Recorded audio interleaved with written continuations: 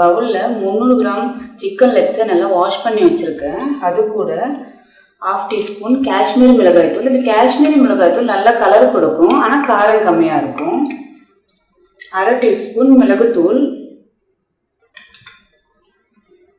1/2 teaspoon இஞ்சி பூண்டு விழுது, 1 டீஸ்பூன் சோயா சாஸ்,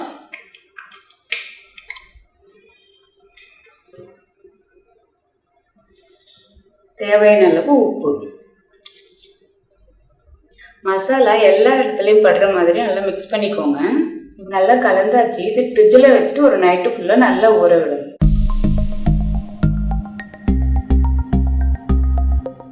இப்போ நம்ம லிக்விட் கோட்டிங் ரெடி பண்ண போகிறோம். அதுக்கு ஒரு பவுலில் ஒரு முட்டையை நல்லா பீட் பண்ணிக்கோங்க. இது கூட 1 கப் பால்,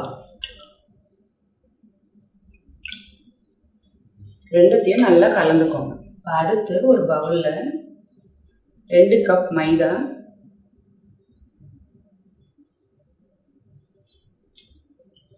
1/2 கப் கார்ன்ஃப்ளவர், 1/2 டீஸ்பூன் இஞ்சி பூண்டு விழுது, 1 டீஸ்பூன் காஷ்மீரி மிளகாய்த்தூள், தேவையான அளவு உப்பு. இது கொஞ்சம் கலந்துட்டு நல்லா கை வச்சு மிக்ஸ் பண்ணிக்கோங்க. அப்போ தான் இஞ்சி பூண்டு விழுது நல்லா மிக்ஸ் ஆகும். இப்போ எல்லாமே ரெடி ஆயிடுச்சு. நைட்டே மேரினேட் பண்ணி வச்ச chicken, try coating and liquid coating. இப்போது சிக்கன் பீஸ் எடுத்து ஃபஸ்ட் மாவில் கோட் பண்ணிக்கலாம். நல்லா ப்ரெஸ் பண்ணுங்க மாவில், அப்போ தான் மாவு நல்லா ஒட்டி வரும்.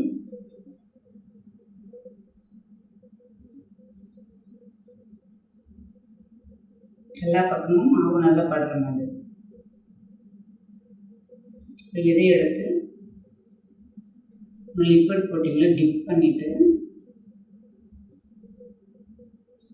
திரும்பவும் மாவு வச்சு கோட் பண்ண போகிறோம்.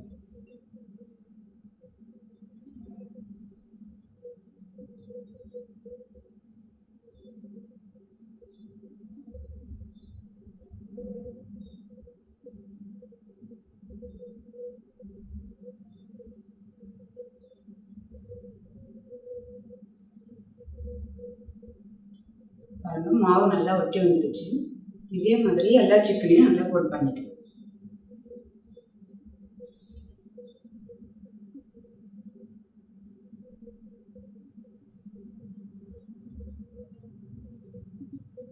நம்ம சிக்கனை இந்த மாதிரி செய்யும்போது குழந்தைங்க ரொம்ப விரும்பி சாப்பிடுவாங்க.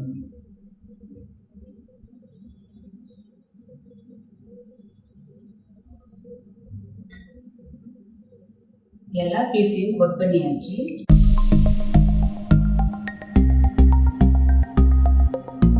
ஒரு பேனில் சிக்கன் எல்லாம் முழுகிற அளவுக்கு எண்ணெய் சேர்த்துக்கோங்க.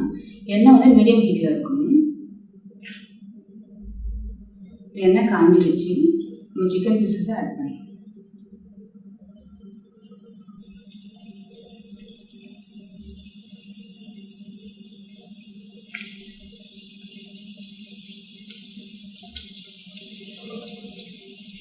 மீடியம் டு லோ ஃப்ளேமில் 10லேருந்து 15 நிமிஷம் வரைக்கும் நல்லா பொரியட்டும்.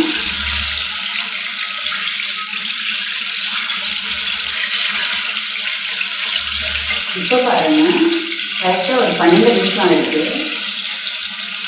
சிக்கன் ஆல்மோஸ்ட் நல்லா பொரிஞ்சிடுச்சு. எடுத்துடலாம்.